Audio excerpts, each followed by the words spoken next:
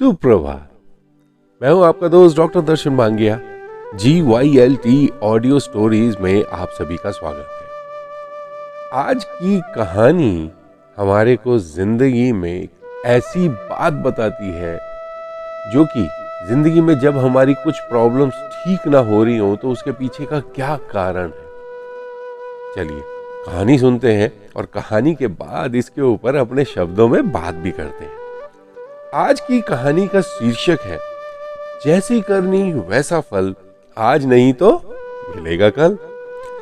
एक गांव के एक जमींदार ठाकुर बहुत वर्षों से बीमार थे। इलाज करवाते हुए कोई डॉक्टर कोई वैद्य नहीं छोड़ा, कोई टूने टोटके करने वाला भी नहीं छोड़ा, लेकिन कहीं से भी थोड़ा सा आराम नहीं आया। एक संत जी गांव में आए, उनके दर्शन करने वो जमींदार वहां गया और उन्हें प्रणाम किया। उसने बहुत दुखी मन से कहा, महात्मा जी, मैं इस गांव का जमींदार हूँ, सैकड़ों बीघे जमीन है, इतना सब कुछ होने के बावजूद मुझे एक लाइलाज रोग है जो कहीं से भी ठीक नहीं हो रहा। महाराज जी ने पूछा, भाई क्या रोग है आपको? जी, मुझे मल त्याग करने में इस समय में बहुत खून आता है और इतनी जलन होती है जो बर्दाश्त नहीं होती। ऐसा लगता है कि मेरे प्राण ही निकल जाएंगे, आप कुछ मेहरबानी करो। महात्मा जी बाबा ने आंखें बंद कर दी और शांत बैठ गए। थोड़ी देर बाद बोले, बुरा तो नहीं मानोगे, एक बात पूछूं? नहीं महाराज, पूछिए। तुमने कभी किसी का दिल इतना ज्यादा तो नहीं दुखाया कि उसने तुम्हें जी भर के बद्दुआएं दी हो, जिसका दंड आज तुम भुगत रहे हो?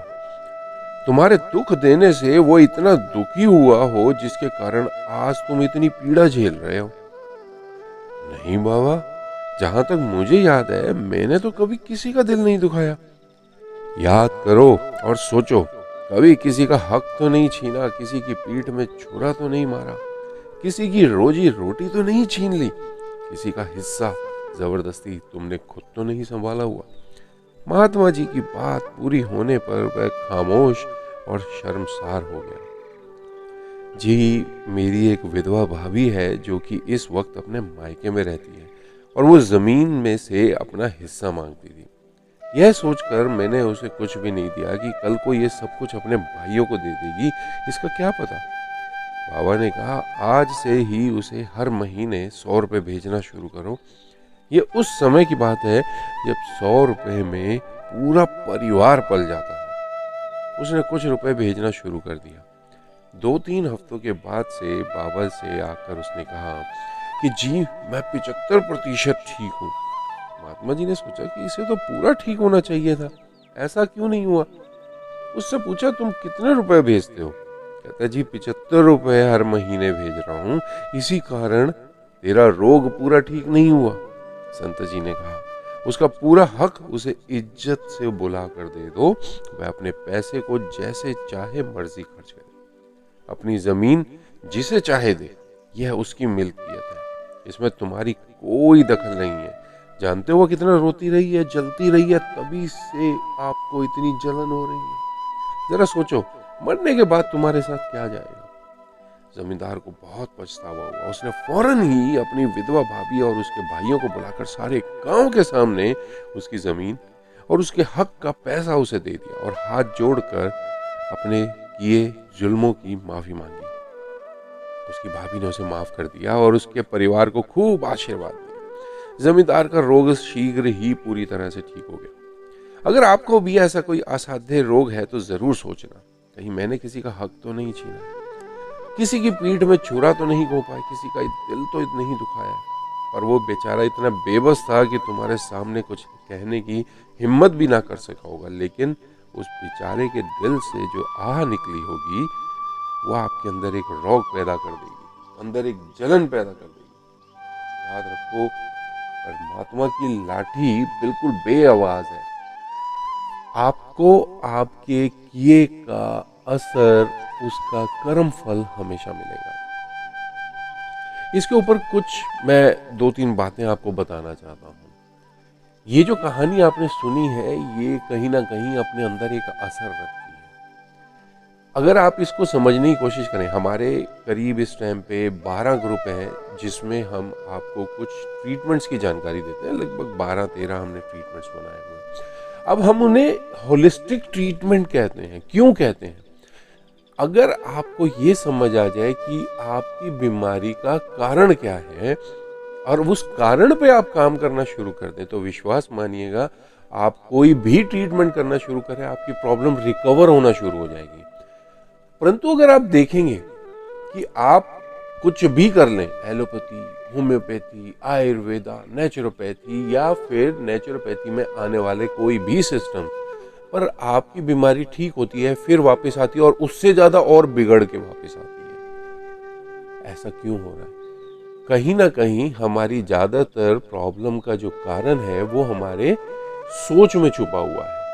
एग्जाम्पल के तौर पर अगर मैं इसमें कुछ आपको चीजें बताऊं, तो पीठ का दर्द उनको होगा जो फ्यूचर को लेकर और पैसे को लेकर डरे रहेंगे। फ्रोजन शोल्डर उनको होगा जो कि दूसरों की प्रॉब्लम को अपने कंधे पे ले लेते हैं। एग्जाम्पल के तौर पर किसी के पति की डेथ हो गई, अब आप सोच रहे हैं कई दिनों तक, हफ्तों तक कि उसके बच्चों का क्या होगा, उसके घर का क्या होगा, उसकी जिंदगी कैसे चलेगी, घर परिवार के खर्चे कैसे चलेंगे, आगे बच्चों की शादी। आपने सोचा, बहुत अच्छी बात है, तो उसके ऊपर कुछ करो ना। बट आप सिर्फ सोच रहे हो, उनके बोझ की गठरी आप अपने कंधों पे लादे जा रहे हो। इसको समझने की कोशिश करना। हो सकता है मैं आपको कुछ अन्य शब्दों में बता रहा हूँ, आपको ये किसी और शब्दों में आए। जैसे कि इस कहानी में जमींदार को पहले कई सारी बातें बोली गई, बट एग्जैक्टली जब उसे ये कहा गया कि क्या तुमने किसी का कोई हक मारा हुआ है, तब उसने कहा कि शर्मसार होके कि हाँ मैंने किया हुआ है। मैं आपको उदाहरण भी बताना चाहूँगा।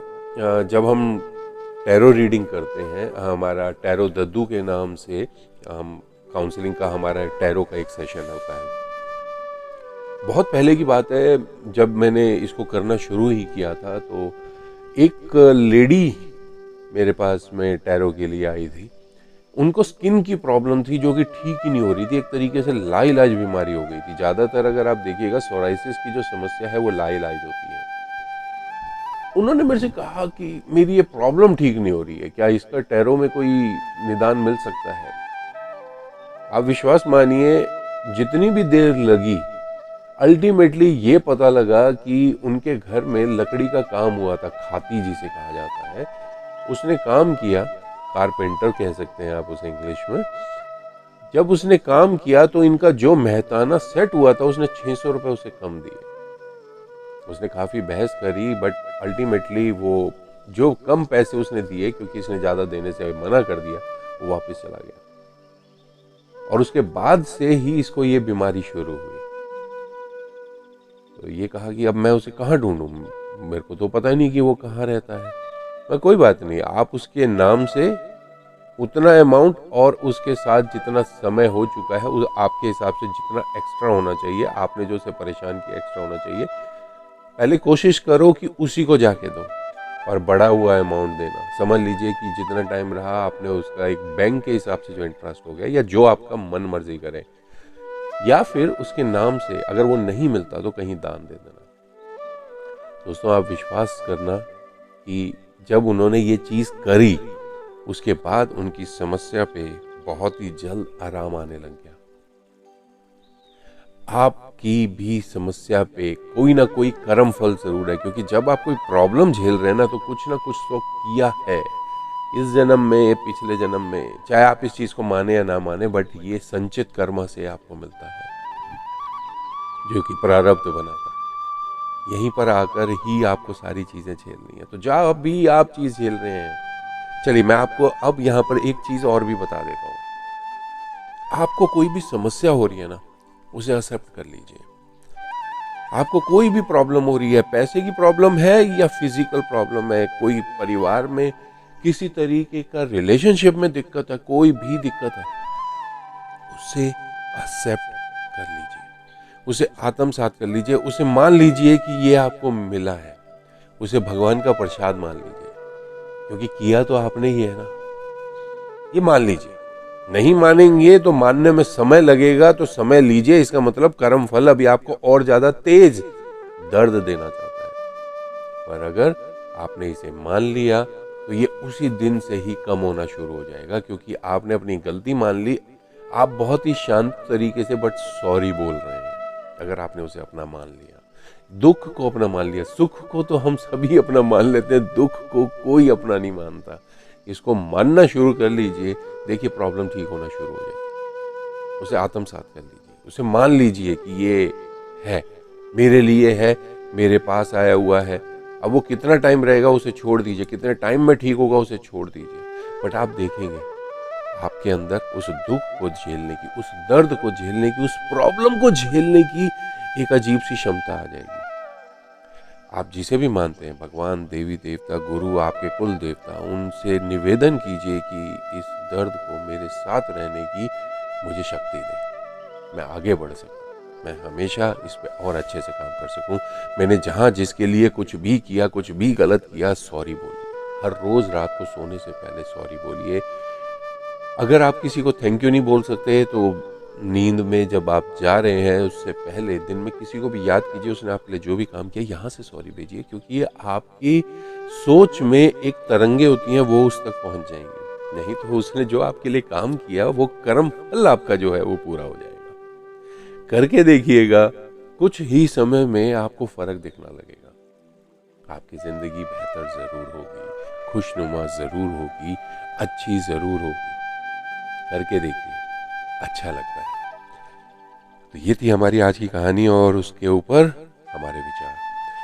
जल्द ही फिर मिलते हैं एक नई कहानी के साथ, एक नए शीर्षक के साथ, और शीर्षक के साथ उसके सारांश के साथ। मैं हूं आपका दोस्त डॉक्टर दर्शन बांगिया। आपने इस कहानी से क्या सीखा, जरूर हमें कमेंट में जरूर बताइएगा।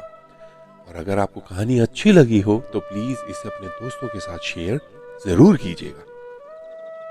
आपका दिन शुभ रहे। Bye bye, take care, have a good day.